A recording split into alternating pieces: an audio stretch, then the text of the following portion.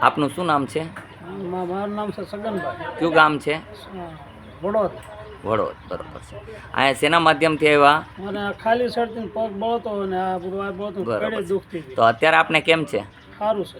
ખાલી ઉતરી ગઈ? હા બળતરા બંધ થઈ ગઈ? હા બરોબર છે. જે કમર દુખતી હતી એ મોડું પડી એકદમ હલકી થઈ ગઈ? હા. બરોબર છે.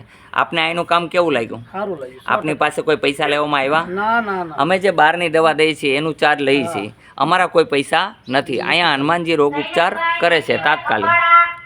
ટાઈમ કેટલો લાગ્યો આપને? બધી વસ્તુ કરી દીધી, ટાઈમ કેટલો થયો? 2 થી 3 મિનિટ. 2-3 મિનિટમાં એટલા બધા રિલેક્સ થઈ ગયા. હા. બોલો જય હનુમાન. જય હનુમાન. અહીંયા આવું કામ છે, તાત્કાલિક રિલેક્સ મળે છે. પણ નિયમનું પાલન કરજો. જે પ્રમાણે ખોરાક કીધો એ પ્રમાણે ખાવો અને ઝાઝી ભીડ ન કરવી.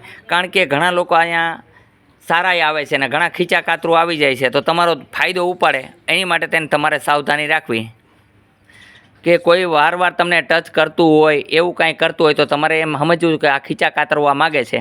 એટલે એવા વ્યક્તિથી તમારે સાવચેત રહેવું. અહીંયા ખાવાનું જે પ્રમાણે કીધું, બાજરાનો રોટલો ખાવો, હા જુવારની રોટલી ખાવી, લસણનું શાક ખાવું, આવું બધું ખાવું. ગેસ ન બનવા દેવો. બટેટા કઠોળ ન ખાવું, લીલોતરી શાકભાજી ખાવી, જેને કારણે ગેસ નહીં બને. હા ને? બોલો જય હનુમાન. અહીંયા આવવા માટેનો સમય છે સવારે 9 થી 12, સાંજે 4 થી 6. આ આટકોટથી નજીક ગયણીથી થોરખાન રોડ ઉપર આદેશ આશ્રમ આવેલો છે.